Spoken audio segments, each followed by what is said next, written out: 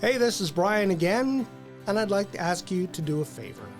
We can't do this work without people like you, so if you can, please like, share, subscribe, tell your friends about Bring Back the Porch. We both cooked. See how we both kept our garlic and onions separate? Because I guarantee she's not putting that garlic in before same time you put those onions in. Yeah. Do not ever put your garlic in at the same time as the onions, because it's going to get overcooked and bitter, and then it doesn't taste good. Yeah, that's right.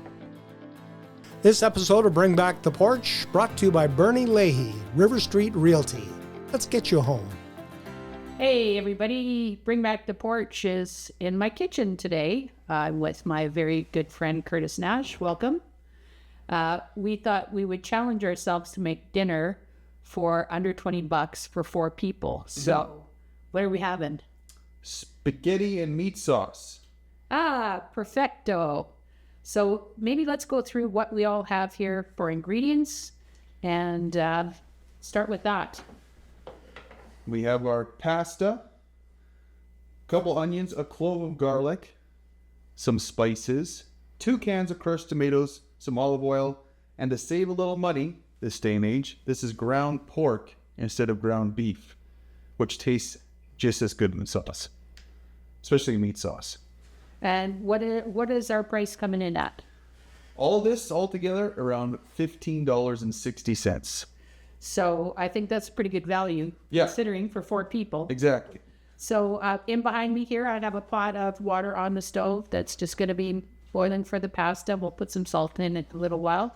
We're going to get started, I guess, prepping our veg, and then we'll get on to making the sauce. So I'm going to grab a couple cutting boards and some knives, and we'll get started. So we got our cutting boards and knives, and we're going to get going on stuff. I've grabbed a garbage bowl here to put all the onion skins and stuff in, just so it makes it easier when we're preparing. 1 onion for you, 1 onion for me, and we'll get started here. Curtis, when did you start to learn to cook? When I moved away from... Actually, that's a lie. That's a lie. It wasn't when I moved away from home. My parents worked till like 5 or 6 o'clock. So when we were old enough, I'm like 12, ish, whoever was home had to cook. And it was just basic stuff. So what do you mean by basic? What would be the kind of... Oh, I remember making like something like this, or like goulash, a lot of pierogies, a lot of stuff that was like frozen, which I try to avoid now. And then when I moved out, I watched a lot of Food Network. Yeah. And I learned a lot off Food Network. Yeah. I'm not a professional by any means, but... Did you ever work in a kitchen? I did for a while. Here in Medicine Hat? No, it was in Calgary. Oh, okay. Yeah. And would you say working in a kitchen is a bit of a high-stress area to work, or was it fun? It was a blast. It's probably one of the most fun jobs I've ever had. Stressful? It can be. But I guess once you know the basics, it's not too bad. So for anybody watching, we will post our recipe here. This is Nash's spaghetti and meat sauce. And we would love your feedback. Leave us a comment in the post, or, reach out to us. You can find us on bringbacktheporch.com and send us your comments. If you want to see more cooking, if you think this is a good idea, we'd love to hear what you guys think about as far as trying to do some challenges with food. Food insecurity is one of those things that some people are having trouble with, so we're trying to come up with some low-cost alternatives, figure out how we can help people help themselves. And I'm not sad about that.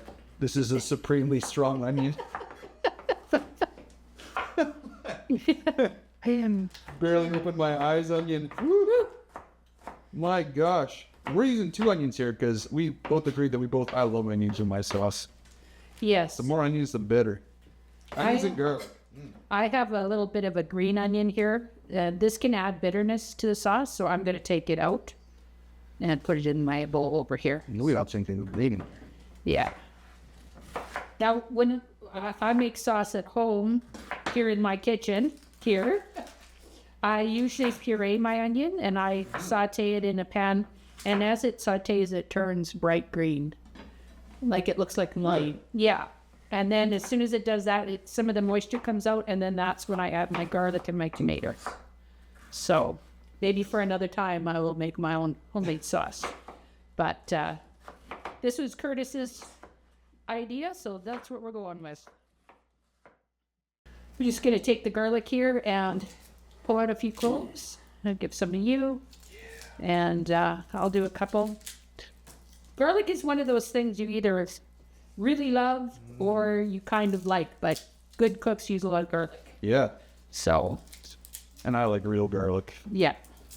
I do have garlic. Yep. One of the things I like to do in the summer is get garlic here in Medicine Hat from one of the fresh producers here. Shout out to Huber Farms. And what I'll do is I'll put it into my Cuisinart and chop it very finely. And then what I'll do, I'll just get it out for you. I'll show you. So it's okay. So what I like I said, I puree it. And then what I do is I freeze it by flatten it, and then I score it. So if I need a tablespoon of garlic, it's already ready to go. I can just take a piece out, put it in soup or stew or whatever I want. So that's a quick way to prep once and use whatever you need. And are you a smasher or a chopper? Both. Ah. I give it a whack. Actually, it's a good way to get the skin off too. Yes. Just give it a little push. Just give it a little push. I'm going to use the side of your knife too. Go like that. We should peel off. No Perfect. problem. See? Lovely done. So there's no excuse not to use real garlic. It tastes so much better. It does, and it's a lot more affordable than you think. Yeah. Because a little goes a long way. Fresh. So this is going to be super garlicky. If you're wondering if there's somebody in our shop once in a while, that's my husband, Bob. He is our candid camera for today. So I hope you enjoy seeing his arm once in a while. Of course, we're not professional. No. So we're home cooks, and we're doing something that we think people want to see, and hopefully we're right. So, Curtis, you have a family, a wife, and a couple of kids. Yep. What are some of the ways you save money when it comes to groceries? When it comes to groceries, I think the best way is the best thing about learning how to cook, even a little bit, because I'm no professional. I'm not a slouch, but I'm no professional. It's such a good skill to have to save you money because, one, you don't want to eat out as much. And two, if you come mildly competent, I only buy stuff that's on sale. Like if it's drumsticks, chicken thighs, chicken breasts, whatever it is that goes on sale, and I cook around that. I don't think in my head, I want this tonight and go out and buy it. I think that makes it so you actually spend more money. Be like, well, I feel like this tonight. Yeah, and you just get whatever's available. Where I feel like burgers, so you go out and buy burgers when it was definitely cheaper out there. I think hunting for a good deal on meat and veg is a great idea. I also think using stuff that's in season, that's fresh, can really help you, because that's when the produce is going to be at its peak, but it's also going to be the least expensive because there's so much of it in demand. The surplus, sort of in that August time when the corn, everybody's got corn, you're going to get a cheaper price for corn on the cob than you are, say, in March, where it's got to be shipped from somewhere else. And I know because we both cooked. See how we both kept our garlic and onions separate? Because I guarantee she's not putting that garlic in before the same time you put those onions in. Yeah. Do not ever put your garlic in the same time as the onions, because it's going to get overcooked and bitter, and then it doesn't taste good. Yeah, that's right. Now, we're using a non-stick electric frying pan, but use whatever pot or pan you got. This is a kind of recipe you can do in a saucepan. Definitely. And you can shake this down for one person, or you could scale it up for 6 very easily. Yeah, this is definitely... Yeah, there'll be a lot. Nobody's going to be leaving hungry. No, you'll have leftovers. And, this is also something where if you wanted to sneak in another vegetable, you could easily add peppers or zucchini or whatever other vegetables you have that your family will eat. I would put in mushrooms, but I know Curtis hates mushrooms. So you'll never see me cook with a mushroom. This is for my wife, mushroom soup. And if you're really trying to hide your vegetables from your kids, puree the onions. That's an excellent idea. You'll never know. Yeah. And you know, it's one of those things that as you sort of get more confident in the kitchen, there's a few appliances that you will buy that you will use over and over again. One of those would be something like a food processor to puree things. I just have a small one. It only holds 2 cups, but it's great for, you know, just cutting up onions quickly, or if you're, like I said, if in the summertime I'm buying something that's fresh and I want to cut it down and freeze it, it's great to just be able to use that. And I mean, the other thing we talk about buying things in season and buying things on sale is don't forget to hit up your freezer section, because there is some great vegetables and products that are in your freezer section that, you know, can really stretch a meal that way as well. Yep. So the onions are pretty much there. You want them to get a little translucent looking. It's called sweating your onions. It starts to release some of the sugars that are in onions. That's why I saw that Tate onions are always so delicious. This is cooked right down to the sugars. So we're going to add our meat in. Now, if you wanted, you could do beef, or you could do turkey or chicken. It doesn't matter what it is. Yeah, meat. Again, me with my gadgets. So this is just Porch is a good alternative. Yeah. Lots of time pork maybe isn't good by itself. Like if I was having meatballs, I'd mix pork with beef. But if you're going to cover this in tomato sauce anyway, yeah, I think lots of times it's more of a texture thing than anything. Yeah. And, you know, the thing is, when you look at the price of pork in comparison to the price of beef, and like you said, it's going to be mixed anyways, you may as well enjoy that flavor of meat, you know. Like this was literally half the price. Yeah. Of a pound of beef. And I know, like, I went and bought a pound of ground chicken, and it was $3.69 for a pound. It was frozen. So, I mean, that's another thing. If you buy meat that's frozen already and you have the time, there seems to be like an equation between time and effort that changes the price of food, right? So when you're looking at something like, oh, I can buy it frozen. If I got the time to let it thaw, it'll be the same in my recipe, but I'll save myself a little bit of money just by doing that, right? It's true. That's why I'm not against frozen things for supper, but buying a box of frozen meatballs and making meatballs, completely different. Completely different. Yeah, and they I agree. Fill it with salt and preservatives and. Yeah. I'm all one for convenience as well. Yeah. I'm not going to sit up here on my high horse. Yeah. But. Well, I mean, there is when you talk about sort of maybe if your end goal is to save money, which is kind of what we're doing today, put in the effort. If your end goal is to save time, then use some shortcuts. Yeah. Right? Like, and you can create yourself some ways to have shortcuts that are still, you make everything advanced, but maybe you make it once and you freeze half of it. Isn't it? Or I think we were talking about lasagna is kind of one of those things. By the time you add up all the ingredients, it's expensive. So why not make 3? That's what I do, yeah. Yeah. When time you buy blocks of cheese and all the ingredients for the meat sauce and everything, you're like, that lasagna was expensive. Be like, well, that's because you made 1, when you could make 2 or 3 and use all the ingredients, then it's definitely didn't cost much. Yeah. And it's also a good way to, maybe we should talk about the dreaded leftovers. That a recipe like this is where you could sneak in some leftovers if you had, you know, maybe you have leftover sauteed vegetables from another night, or even for something like this, maybe I'll get grilled for this. But if I had leftover taco meat from Taco Tuesday, I would add it into my spaghetti sauce on Saturday. Why not? You know, I use kosher salt and I use my hand. Yeah. I try to control the amount of salt I put in stuff. I figure that's a better way to shake it head on. Another good way for learning how to cook is, I don't measure anything. Unless it's baking.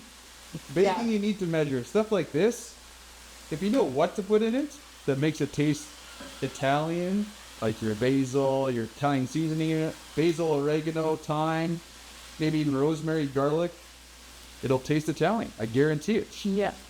And it is, especially if you've sort of started to cook and you're feeling pretty confident about it, it's a great way to explore new flavors, is to, take a recipe that you really love and see, well, what does it taste like if I add extra basil? What does it taste like if I add, some spice that I'm a little scared of? Does it make it better or worse, right? And sometimes your family can be your guinea pigs. and I mean, the other thing is, if you have a picky eater, but they like a specific spice, that's a way to kind of introduce a food if they already like the spice. I have 2 children who like the exact opposite things. And I'm sure there's some parents out there who have the same problem. Oh, it's getting close to brown. Almost garlic time. So would you say like one likes spicy and one doesn't, or what do you mean by that? One will eat spicy, one loves rice, one doesn't like rice. One likes long noodles to slurp, one doesn't like long. Yeah. Things like that. Yeah. Yeah. And it's real helpful. Well, when do you think you'll start introducing cooking to your families? I make them already. Oh, My daughter's 13, and I make her cook, and my son's 10. And he likes to cook. He's just a little wary sometimes of like the hot stove, which is fine. I try to make him say, it's only as dangerous as you make it, I guess, right? Yes, yep. But he's pretty short. Yeah. So sometimes it's harder for him to cook. Well, that's where maybe having something like a electric frying pan that you can put it on a space like the kitchen table, maybe modify for him. Exactly.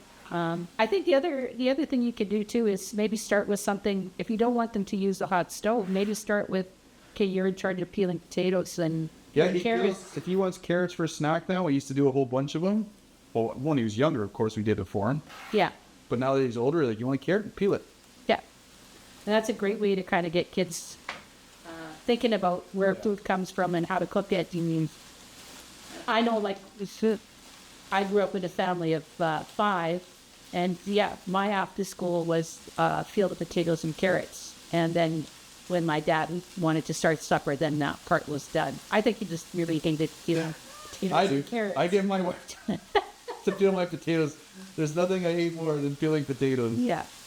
But I try to teaching a kid how to peel carrots and potatoes and learning how to cut a potato, especially a carrot. Carrot can be dangerous to cut. If your kid can cut a carrot safely, it's all good. Yeah. Everything else is easy. Well, I'll put the garlic in. Like I said, I'd almost be tomato sauce, the liquid part of it. Yeah. Because there is not much grease on this pork, which is really good. Like I said, you don't want to burn that garlic because then it's all going to be bitter, just enough. Yeah. So I grab some tomatoes here. See. All right.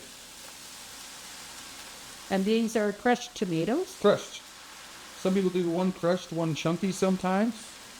I've even done like crushed and then added fresh tomatoes at the end, just to give that extra different texture. Even if you want to chunk your sauce, just use one. Really? So I said this is going to be more than enough for a family of 4. This would be 2 meals. So we got the tomatoes in. You did. Now you got to put it on a low simmer. Another pet peeve, please. Myself, don't ever cook on high heat. Oh my gosh. Yeah. Nothing good can come out of your stove on maximum. Yeah. Unless you're boiling water. Yeah. I think sometimes too a recipe like this is a perfect one where you could start it in the morning even and put it in a crock pot or put it in the oven on low and let it just go all day. Yeah. And by supper time it'll be even better. Yeah, the longer you leave it, the better it'll taste for sure. So what kind of seasoning do you want to put in there? Italian is definitely some basil. Like I said, I don't measure. I just kind of... With your heart? Yeah, wing it. I use feeling. Yeah. I use feeling. And then when you know the meat's cooked, you just taste it.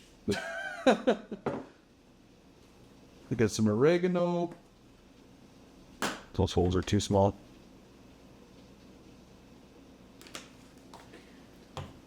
I'm a big fan of fennel. Fennel.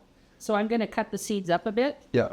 Just so it's distributes a little easier. Nobody wants a big hunk of fennel in Fennel seed. in their teak. That taste in sausage that makes sausage is usually fennel.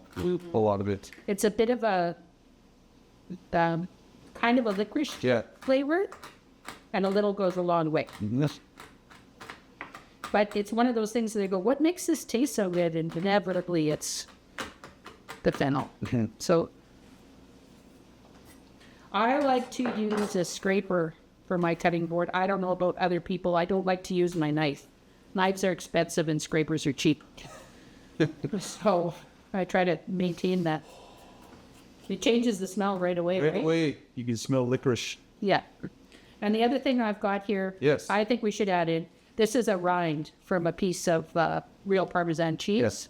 And the great thing about this is you put it in, it'll infuse the flavor of cheese into the sauce, and then you just pick it out afterwards. And then, Yeah. so it's like a bay leaf. Yeah. So we'll just plop that in. Always use the stuff that you throw out that you don't need to Yeah. is insane. That's for sure. So we'll probably let this cook down about 20 minutes, and we'll have a check on it, and we'll be back. All right, so it's been a few minutes, but you always gotta taste your food. Like, see what you gotta add to it.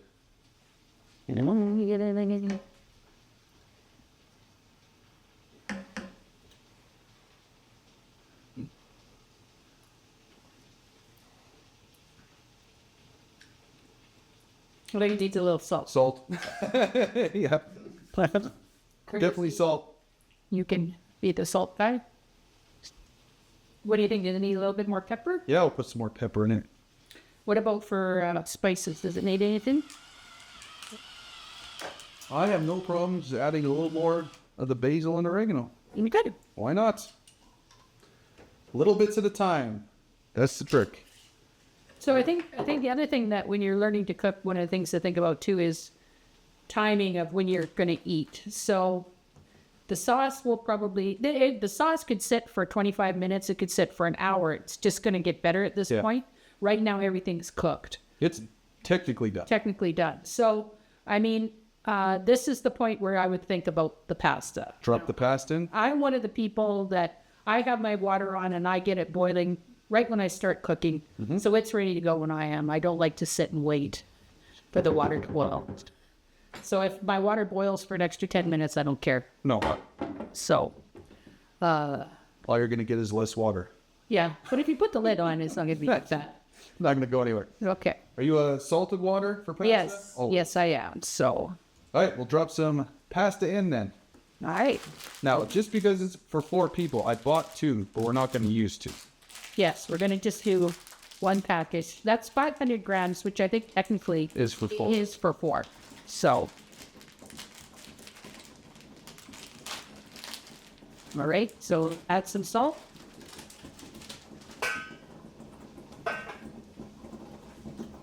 Salt your water. Always salt your water. Right.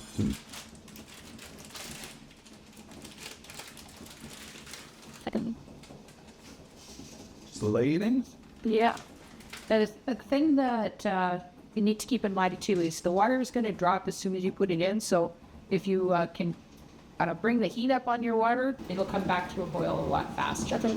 So I had that pot on medium. I've now put it up to high. And you can see it's already starting to churn and boil. How long is this going to take to cook, Curtis? Noodles? 5 minutes. Maybe a little bit longer, depending on how chewy you like them. I would say 8 to 9 minutes. But that's just me. And now I'm the kind of person, I always save a little bit of pasta water.